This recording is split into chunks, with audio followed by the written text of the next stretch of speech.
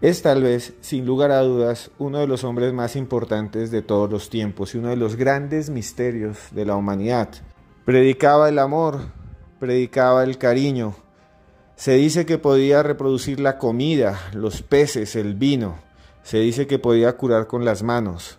Se dice que podía sacar demonios de aquel que estaba poseído. Se dice, y él mismo lo decía, que era el Hijo de Dios, Jesús de Nazaret. Y es que no importa si usted es creyente o no, su existencia cambió el devenir de los pueblos, torturado, crucificado en el monte Gólgota, allá en Jerusalén, la ciudad santa para tres religiones, nada más y nada menos que tres de las religiones más importantes de todos los tiempos. Su cuerpo fue llevado hasta una sepultura, hasta una cueva, en donde se dice se levantó, resucitó, nunca murió, Jesús de Nazaret. ¿Quién tenía 12 apóstoles con quienes se encontró después? Imagínense eso, ver a alguien morir y luego que vuelva a aparecer, no ya como un espectro, sino en carne y hueso. Y a esos 12 apóstoles les dijo que fueran por el mundo contando la palabra, diciendo que el amor es más poderoso. Y esos 12 apóstoles murieron menos uno, trágicamente, torturados y asesinados como su maestro. En este podcast de los audios de Cruz Escribiente vamos a hablar de uno de ellos, de uno de esos apóstoles. Esta es la cuarta entrega de este especial en donde les contamos qué pasó con esos 12 apóstoles y qué misterios envolvieron sus muertes y su existencia. Hoy hablaremos del hijo de Ptolomeo, hoy hablaremos del santo del cuchillo y el libro, hoy hablaremos del culto inmemorial, hoy hablaremos de aquel hombre cuya fiesta se celebra según el rito romano el 24 de agosto y según la Iglesia Oriental el 11 de junio. Hoy hablaremos de Bartolomé el Apóstol.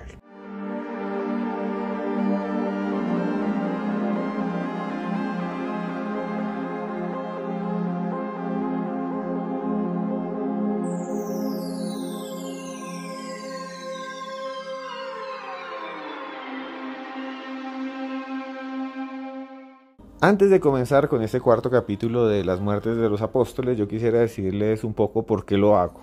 Me gustaría contarles un poco de dónde nació esta idea antes de presentar a nuestra invitada, y es que hace muchos años, cuando yo estaba viajando por Europa, era mucho más joven, pensaba en estudiar, sí, en leer, pero pensaba muy poco en el misterio en general, lo veía como algo que me interesaba, que me gustaba, pero no como mi vida, como lo que es ahora, poderme comunicar con ustedes, y eso me hace feliz. Y recuerdo muchísimo que estaba en el Vaticano, entré al Vaticano, a los museos vaticanos, uno entra por una puertita al lado, subí unas escaleras y entonces empecé a ver las obras de arte. Y luego miré que había unos colmillos de un elefante que se llamaba Jano, que había tenido un papa como mascota.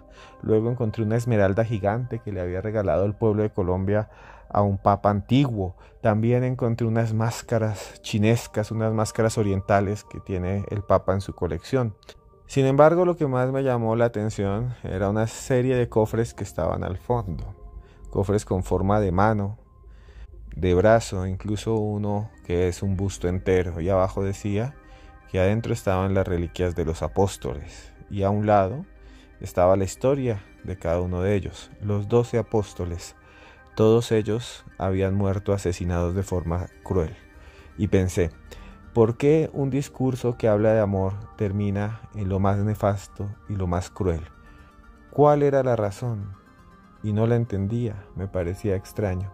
Luego empecé a leer muchos de los textos de misterio, escritos por muchos autores famosos del mundo, y también leí los evangelios apócrifos y entendí que la historia está llena de puntos oscuros, de lunares, de dolores, pero que estos dolores, estos martirios hacen que estas historias valgan la pena. Que exista o no exista una energía que llamemos Dios, sea el Dios católico o el Dios protestante o el Dios musulmán o de cualquier otro culto, realmente representa cosas buenas, representa amor, representa compasión, representa bondad, sí, es bondad pura. Somos los seres humanos los que hacemos el mal. Ese concepto de Dios, así sea solo filosófico, es un concepto ligado con cosas buenas. y los que realmente somos malvados somos los seres humanos, es la humanidad. Y esa visión del mundo, de lo que hemos hecho con los mensajes de amor y de fe, es lo que realmente me llama muchísimo la atención. Y eso también pasó con Bartolomé. Y hoy vamos a hablar de la historia de Bartolomé el apóstol. Hoy les vamos a contar sus secretos, hoy vamos a decirles cómo murió. Y para eso nos acompaña alguien que ustedes siempre quieren que esté aquí. Alguien que es una investigadora, es periodista, que ya empiezan ustedes a ver en su TikTok y que empiezan a ver ustedes en programas de televisión.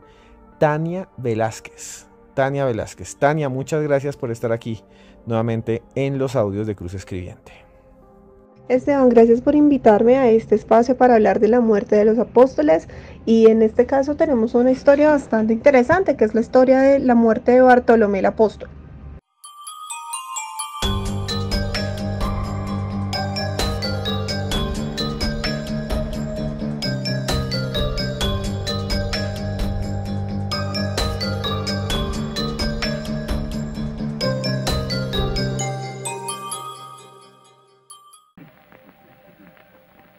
Cierto hombre tenía 2 hijos. Y un día el menor de los hijos dijo a su padre: dame mi parte de la hacienda ahora. Y el padre dividió la hacienda entre sus 2 hijos. Después de algunos días, este hijo menor partió a una provincia lejana. Y ahí desperdició toda la hacienda que tenía, viviendo perdidamente. Cuando todo lo hubo malgastado, una grande hambre vino a esa provincia y empezó a sufrir la escasez. Persuadió a un granjero para dejarlo alimentar a sus puercos. Pero su hambre era tanta que hasta las algarrobas que comían los puercos le parecían buenas.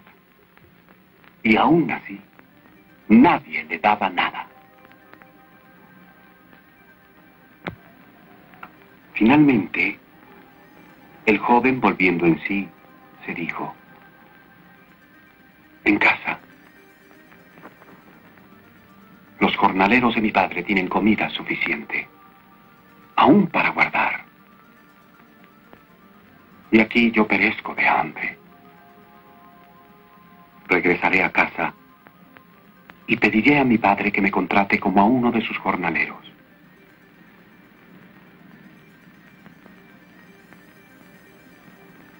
Y entonces partió. Todavía estaba a alguna distancia de su casa cuando su padre lo vio venir. Y tan movido estaba a la misericordia que corrió hacia su hijo. Echóse sobre su cuello y lo besó. El joven dijo: Padre, he pecado contra el cielo y contra ti. No soy digno de que me llames tu hijo. Mas el padre llamó a los siervos y dijo: sacad el principal vestido de la casa y vestidle con él. Poned anillo en su mano y zapatos en sus pies. Matad el becerro cebado. Debemos celebrar con una fiesta. Mi hijo muerto era,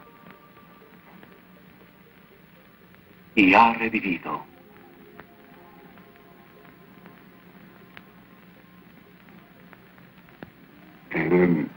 Ahora bien, el hijo mayor en ese entonces trabajaba en el campo. Y al volver ese día a la casa, oyó el ruido de las sinfonías y de las danzas. Y llamando a uno de los criados, preguntó de qué era aquello. Este se lo dijo. Y entonces, el hijo mayor se enojó en grado sumo, tanto que rehusó entrar en la casa. El padre salió a rogarle que entrase, pero no quiso escuchar. He trabajado para ti todo este tiempo, todos estos años, y nunca he desobedecido. Y en todo ese tiempo ni siquiera me has dado un miserable cabrito para hacer una fiesta con mis amigos. Pero cuando vino tu hijo, que ha consumido toda tu hacienda con rameras, has matado para él el becerro cebado. Por favor, dijo el padre. Por favor, trata de entender. Tú siempre estás conmigo. Todo lo que tengo es tuyo. Pienso que es justo tener una celebración. Tu hermano muerto era. Y ha revivido.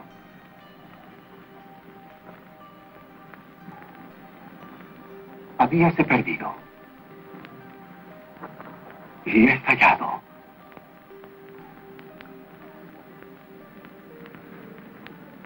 Perdóname, maestro. Solo soy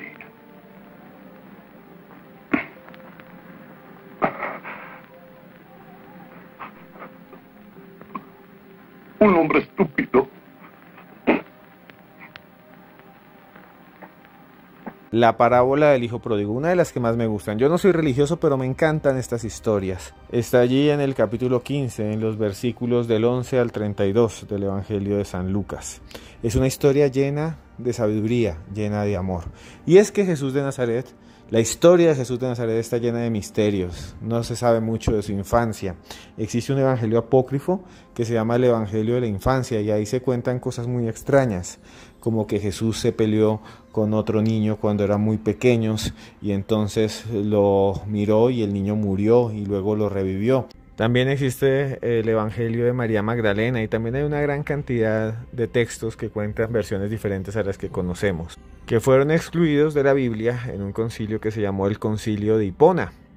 La ciudad donde creció, vivió y nació San Agustín, allá en África, en el norte de África, hoy queda en Túnez. En el año 393, en el 393 de nuestra era, se reunieron una gran cantidad de sabios cristianos, incluso recibieron a sabios judíos que se reunieron y dijeron cuáles son los libros o las partes que deberían constituir la Biblia. Ellos creían que estaban inspirados por el Espíritu Santo.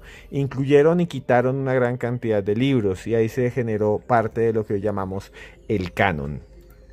¿Qué es nuestra Biblia? El Papa, en ese momento era el Papa Dámaso I, y él sacó un decreto en donde dijo cuáles eran las divinas escrituras, y ahí metió el Antiguo Testamento, el Éxodo, el Levítico, Números, que es bastante cruel, el Deuteronomio, el Cantar de los Cantares y la mayoría de los libros que hoy tenemos en nuestra Biblia. Los demás escritos los dejaron ahí afuera.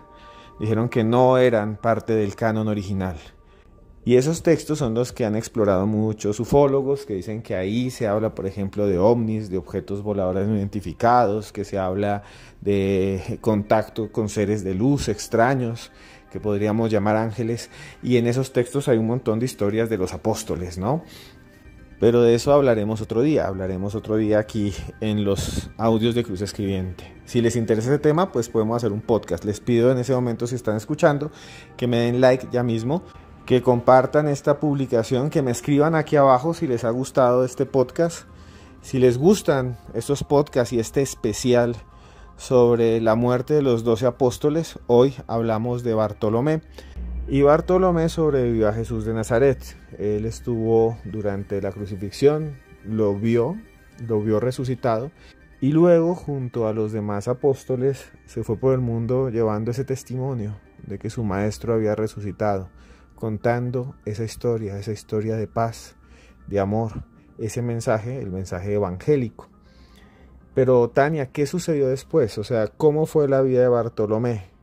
¿A dónde fue después de la resurrección? ¿Qué pasó con Bartolomé luego de que Jesús de Nazaret resucitó y los envió a todos, como dije anteriormente, a muchos lugares del mundo a llevar la palabra? Esteban, el nombre de Bartolomé tiene una raíz en arameo que significa Bartolmai, o sea, hijo de Ptolomeo. En los 3 evangelios que nosotros conocemos como Mateo, Marcos y Lucas, lo conocemos con ese nombre y directamente lo relacionamos con el apóstol Felipe. Y en el evangelio de Juan no nos aparece el nombre de Bartolomé, pero sí nos aparece el nombre de Natanael y también es el hombre que acompaña siempre al apóstol Felipe. De hecho, le cuento que teóricos como Luis Reau dicen que Bartolomé es descendiente de la dinastía tolemaica debido a su nombre, aunque esto no tiene ninguna base histórica ni teórica al respecto. Uno de los datos que le tengo con respecto al origen de Bartolomé como apóstol es que Jesús lo habría llamado por mediación de Felipe, y el único evangelista que menciona a Natanael siempre es Juan.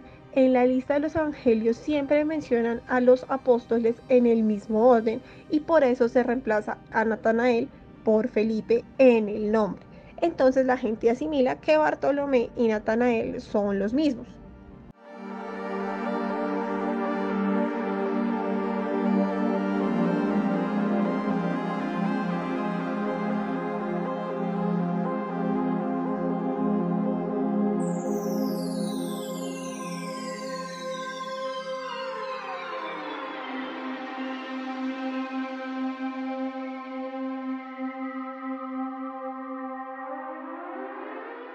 Antes de continuar con esta historia de Bartolomé, permítame recordar a un investigador español muy controvertido, Andreas Faber-Kayser. Él murió en 1994 y escribió un libro en el cual hablaba de los apóstoles, pero hablaba de una teoría muy extraña, la teoría de que Jesús había ido a India después, a Cachemira, y había llegado allá hasta un pueblo, en Srinagar, y allá se dice hay una tumba de un sabio que tenía marcas en los pies. Una historia realmente impresionante que recogió este señor Andreas Faber-Kayser, vuelvo a decir, muy controvertida. Incluso muchos lo llamaron hereje y otros especuladores. Yo creo que sí, que esta historia cae en el mundo de la especulación, pero sobre todo cuando uno se estrella con la fe, pues la fe de otros puede sonar a veces mal, ¿no? Historias como esta. Y él escribió ese libro, Jesús vivió y murió en Cachemira, y habla un poco de los apóstoles. Quiero que escuchen la voz de Andreas Faber-Kayser hablando de este tema, de los apóstoles, ya que hablamos de Bartolomé. Quiero que me anoten aquí abajo qué piensan de este tema y si les gustaría que hiciéramos un podcast solo sobre esto, sobre la posibilidad de que Jesús haya vivido y haya fallecido allí en las montañas de India, en Cachemira, como afirmaba Andreas Faber-Kayser. Escuchemos entonces la voz de Andreas Faber-Kayser.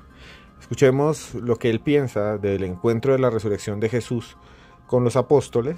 Y luego volvemos con Tania, pero escuchemos esta historia que es realmente sorprendente y continuamos entonces con Bartolomé. Después de esto, Jesús huye, literalmente, se reúne con sus discípulos que no dan crédito a sus ojos al verle delante de ellos, vivo en cuerpo y alma, en cuerpo y huesos, en carne y huesos. Hay un discípulo que duda, entonces dice, bueno, por favor, tócame, verás que soy un cuerpo. El discípulo le toca y sí, se da cuenta. Jesús pide comida, es un cuerpo que tiene necesidades humanas, pide pescado concretamente y algo para beber, bueno, y huye. Aquí interviene, esto no lo digo en el libro, pero estoy convencido, bueno, es así, que le ayuda a la secta de los eseños, que le ha preparado su huida hacia, al menos hasta el Pakistán, la parte de Irán y Pakistán. Luego ya enlaza con otras sectas que le ayudan desde la India. Huye, le acompaña, según los documentos, su madre, María, aunque hay dudo si es realmente su madre o si es otra María la que está acompañando. No creo que su madre acontase este viaje. Y le acompaña Tomás también, como digo. Existe una tumba que se llama Maimari Dastan en Murre, cerca de Rawalpindi, en el Pakistán, que es la tumba de la Madre María para los pakistaníes, y sería la tumba de esta María que acompañó a Jesús, que se interpreta es la de la Madre de Jesús, pero no creo que a su edad fuera capaz de hacer este viaje. Muere ahí en Rawalpindi y Jesús continúa. Entonces hay toda una senda en Cachemira muy clara que se puede seguir, que atraviesa el Yusmark, el prado de Jesús, llega hasta Aish Muqam, que es un santuario en donde se venera el bastón de Jesús, y el Aish Muqam significa lugar de reposo de Jesús. Ahí estuvo una temporada descansando hasta continuar el viaje a la capital Srinagar, donde al final pues viviría y murió. Una historia increíble, para muchos traída de los cabellos. La idea de que Jesús de Nazaret, después de resucitar, se fue hasta la India, y eso tendría que ver con la cantidad de historias que hay sobre personas que llegaron de Occidente allá en esos países. No sé si ustedes sabían, en India, en Cachemira, en Nepal, se habla de sabios que llegaron y que contaron historias muy parecidas a las de Jesús, unas prédicas que hablaban del amor. También otros dicen que Jesús de Nazaret en su infancia fue a India y que ahí conoció los Vedas, esas escrituras antiguas, y que regresó. Todo esto especulaciones, pero que tienen cabida en el mundo del misterio, que tienen cabida en este mundo maravilloso que a usted y a mí nos gusta. Y ahora pues volvemos con Tania para seguir hablando de Bartolomé, del hijo de Ptolomeo, de este personaje tan interesante, tan importante, tan trascendental para la vida de Jesús, que muy pocas veces escuchamos. Y bueno, yo quería preguntarle a Tania, ¿realmente qué piensa usted que pasó después de la crucifixión de Jesús? ¿Qué pasó con Bartolomé? Para Esteban y para todos los que nos escuchan, les cuento que Bartolomé tiene un rol pasivo dentro de los 4 evangelios. Casi no se escucha de pronto un relato donde esté relacionado. Pero si nosotros nos remitimos como tal a los Hechos de los Apóstoles, nos podemos encontrar varios relatos. El primero, que él fue uno de los testigos de la ascensión de Jesús. Y si ya nos vamos hacia las tradiciones orales, hay una que dice Eusebio de Cesarea, en la que refleja que Bartolomé, después de la ascensión de Jesús, fue enviado a la India a predicar. De ahí dejó una copia del Evangelio de San Mateo en lenguaje arameo, y también la tradición armenia dice que estuvo predicando en el país caucásico junto a Judas Tadeo. Ahí ellos son considerados los patrones de la Iglesia Apostólica de Armenia y de Azerbaiyán. ¿Por qué? Porque creen que fueron los primeros en fundar el cristianismo en estos lugares.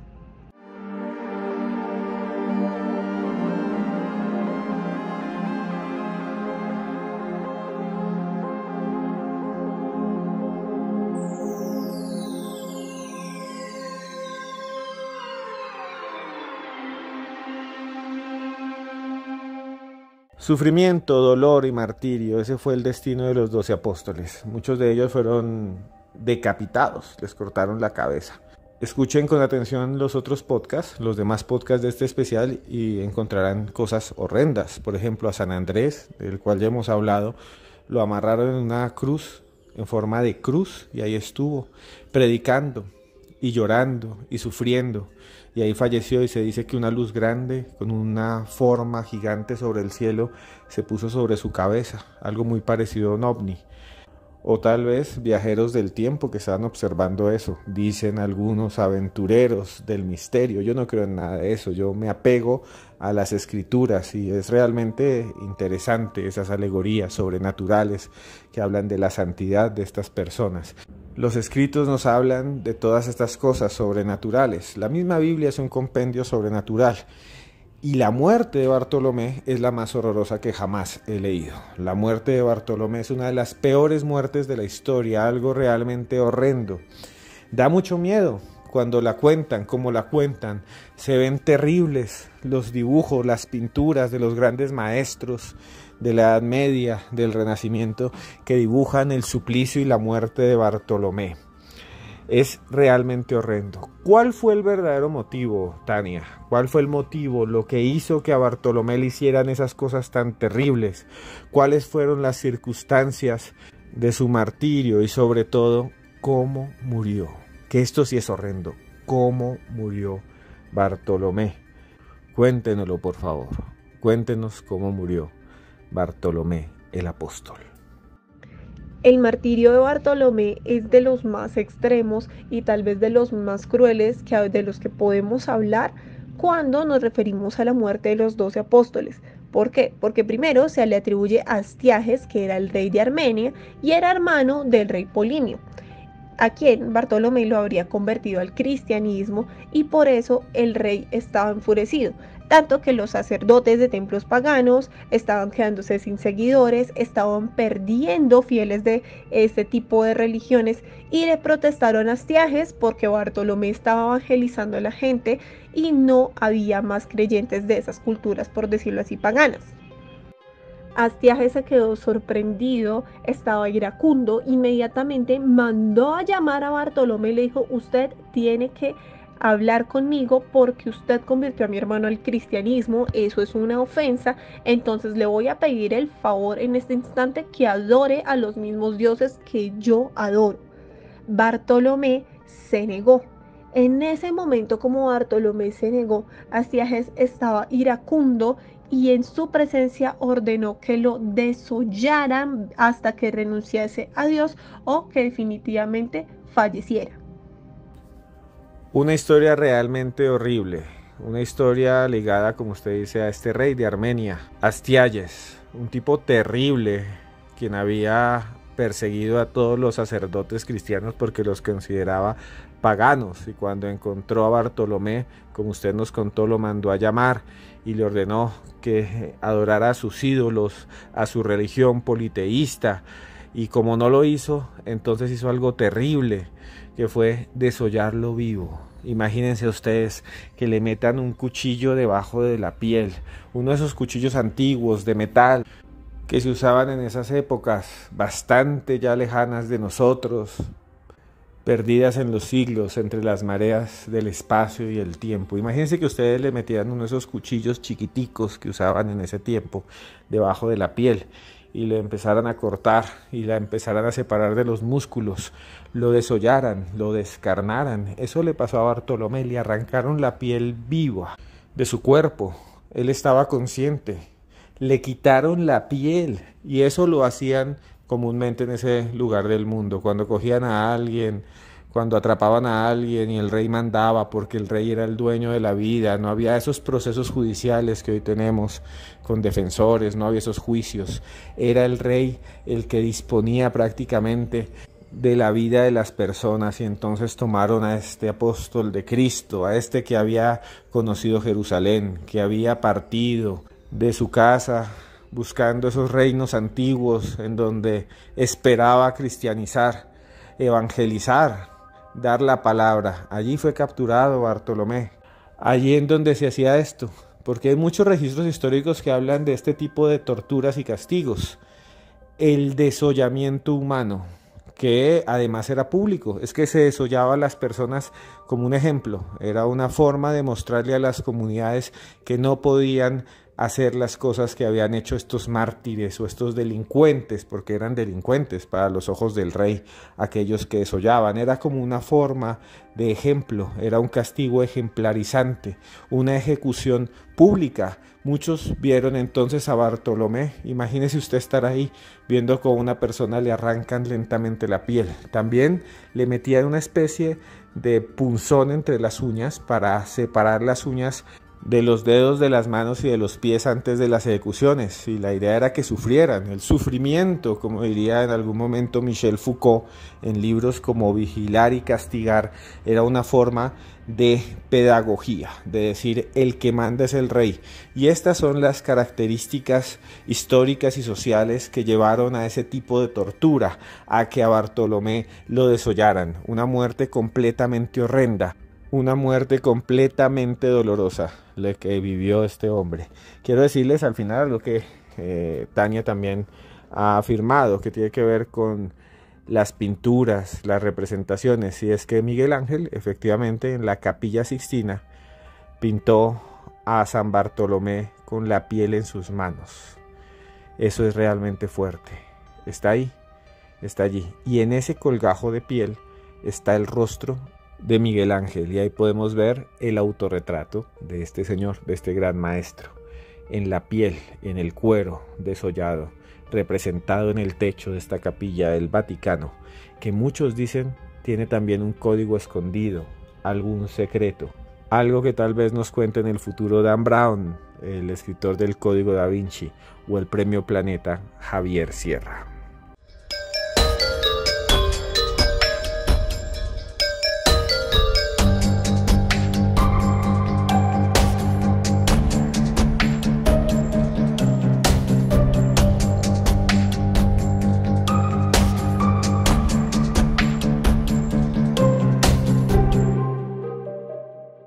Para la Iglesia Católica y para muchas culturas, los apóstoles siguen vivos, su espíritu está ahí, su espíritu intercede, está en el cielo, nos ayudan, nos socorren, uno les puede pedir a ellos y ellos hablan con Dios.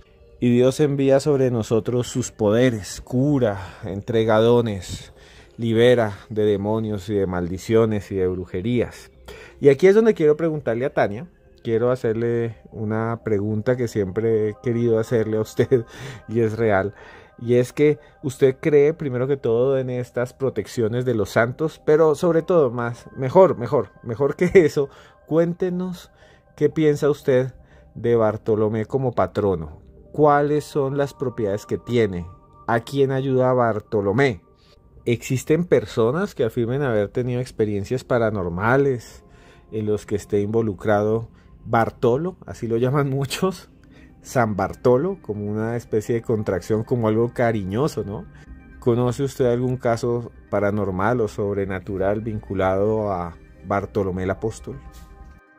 Antes de responder de qué era patrono Bartolomé, Esteban, le cuento que la imagen de San Bartolomé tiene dos variaciones debido a ese martirio tan terrible que padeció.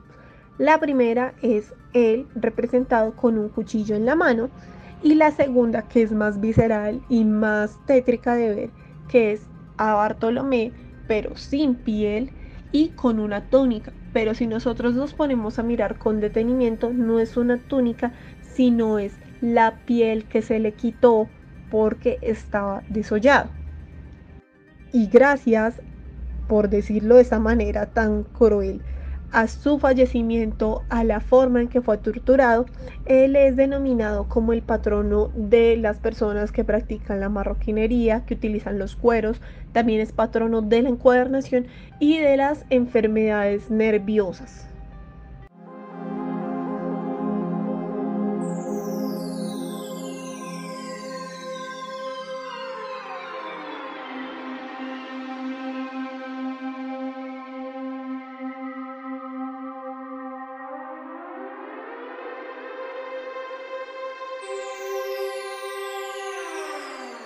Son muchas las historias de los santos, las hagiografías, los estudios de alguna manera espirituales o las investigaciones del Vaticano que hablan de apariciones corpóreas de santos después de la muerte, de que se aparecen, de que hablan con las personas. Los mismos santos, se dice, tienen unas propiedades especiales. Bilocación, por ejemplo, estar en dos partes al mismo tiempo.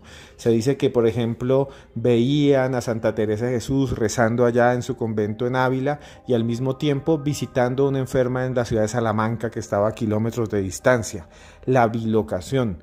Hay un santo, un beato Cupertino, que se decía levitaba en las iglesias y hay imágenes, pinturas sobre eso, de San Cupertino Garay, que flotaba sobre los púlpitos y las sillas de las catedrales.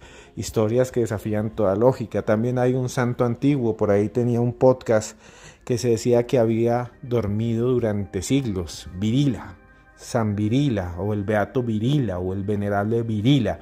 Pueden buscar ustedes esas historias, que aquí iremos narrando lentamente en podcasts nuevos, porque a mí me encantan los misterios de la religión.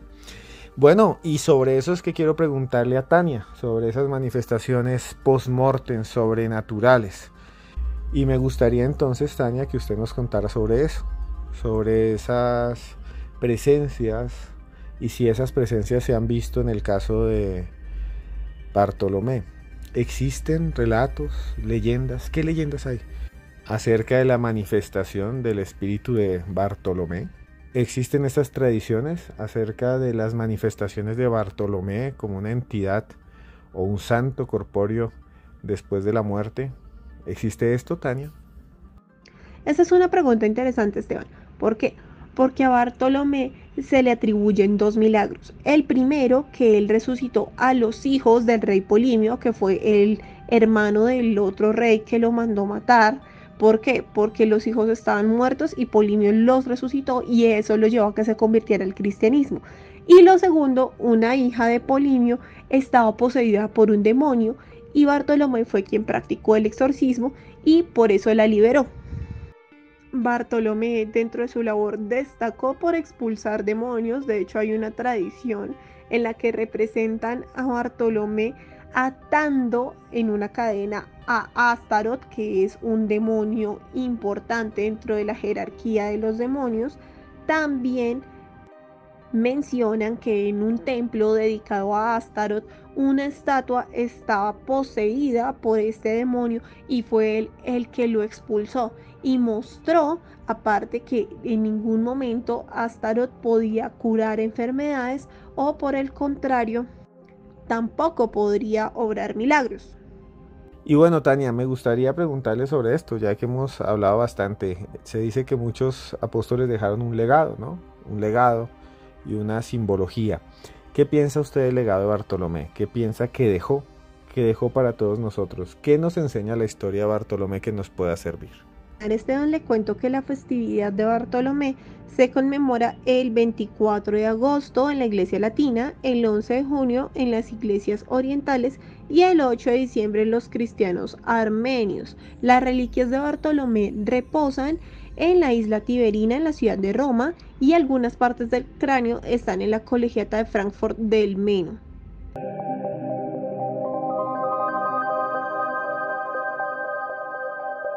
Bueno, realmente es un placer para mí. Espero que la sigan a usted. Espero que sigan viendo sus TikTok. Usted hace aportes muy importantes. Mucha gente pide que usted esté aquí con nosotros porque somos una gran familia del misterio. Y bueno, Tania, muchas gracias, como digo yo, mi esposauria. Así le digo.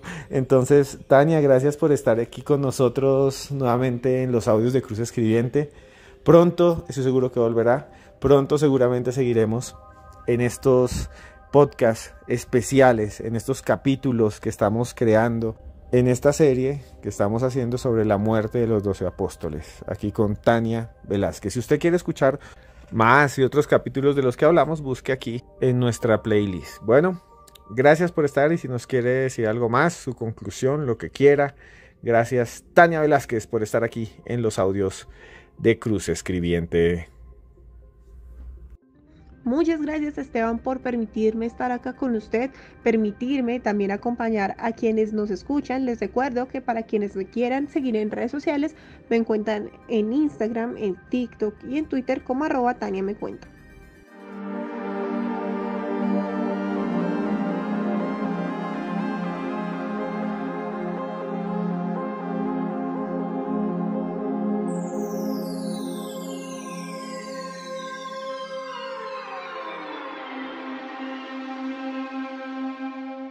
Bueno, llegamos al final de otro de estos audios, de otro capítulo más de los audios de Cruz Escribiente. Si usted me está escuchando y le gustan estos temas, por favor denme like, compartan, vuelvo a decir, escriban aquí abajo y entonces puedo saber desde dónde me escriben. Si quieren temas en específico, díganme qué tema quieren que abordemos aquí. Hablamos de todo, de misterio de la religión, de historia. Hacemos también podcast de crimen, de asesinos en serie, hablamos de extraterrestres, de alienígenas ancestrales, hablamos de todo acá. Hablamos de leyendas urbanas, por ahí hay bastantes podcasts de vida después de la muerte.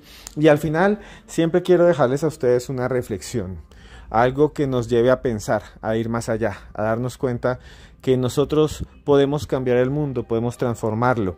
Hace un tiempo, hace ya unos 7, 8 años, alguien me pasó un pequeño folleto en la calle, en el centro de Bogotá, y ahí entre humo, entre carros, entre motos que corrían de un lado para otro, un poco caótica la ciudad, personas que sufren y que piden dinero, crimen que hay por allí. Leí esa pequeña historia que tenía entre mis manos en un papel que me dio alguien de la calle y yo le di una moneda a cambio. No tenía más en mis bolsillos, no tenía dinero, no era una persona próspera. Con el tiempo he prosperado gracias a ustedes, a mi trabajo también, pero sobre todo al cariño y el amor. Y bueno, ese texto lo recuerdo como si fuera ayer y contaba una historia bastante interesante, una historia que me llegó al corazón. Hablaba de un gran bosque. Imagínense ustedes un bosque grande, lleno de animales, un río que va por la mitad, todo verde, verde, verde, verde, verde, lleno de árboles, árboles grandes y árboles llenos de frutas. Y en ese bosque había un árbol que no sabía quién era, un árbol que estaba completamente tenso, que todo el tiempo se sentía mal. Y entonces le decía a los otros: ustedes son bendecidos, ustedes están bien, ustedes no sufren lo que yo no sé quién soy, yo no sirvo para nada, yo no soy nadie, yo no soy nada, yo no soy nadie, y odiaba a los otros árboles. Entonces un manzano que estaba al lado le decía: tú puedes ser un manzano si quieres, concéntrate y verás cómo salen frutas de ti. Yo tengo manzanas casi todo el año, y si no tengo flores y soy fuerte, soy un manzano, seguramente tú también eres un manzano, tú también puedes dar frutos, concéntrate. Y entonces el árbol se concentraba en sí mismo y decía: soy un manzano, soy un manzano, soy un manzano, y quería dar frutos. Y después pasaba el tiempo, pasaban los días, pasaban las semanas, pasaban los meses, y este árbol no producía nada, no producía frutas. No salían frutas, no salía nada, y se sentía deprimido, y el manzano se reía y lo miraba: inútil, no eres capaz de dar frutos, no eres capaz de nada. Y daba una cosecha, y venían los pájaros, y venían los niños, y venía la gente y sacaba entonces las manzanas y se las llevaba, y el otro árbol sufría y decía: ¿por qué no puedo ser un manzano? Al lado había otro, un arbusto lleno de espinas y de flores, era un rosal, y le decía: no, tú no das frutos, tú seguro eres un árbol que está destinado a alegrar el mundo, a dar flores grandes, bellas, como las mías, que son coloradas, rojas, que se regalan los amantes, que los llevan a los cementerios. Seguro tú eres alguien que da flores. Concéntrate, concéntrate cuando llueva, concéntrate cuando venga el viento, concéntrate en ti mismo, y seguramente sacarás flores y ayudarás a todo el mundo, y tomarán esas flores y harán grandes ramilletes que decorarán todas las fiestas del pueblo que queda aquí al lado, y serás feliz.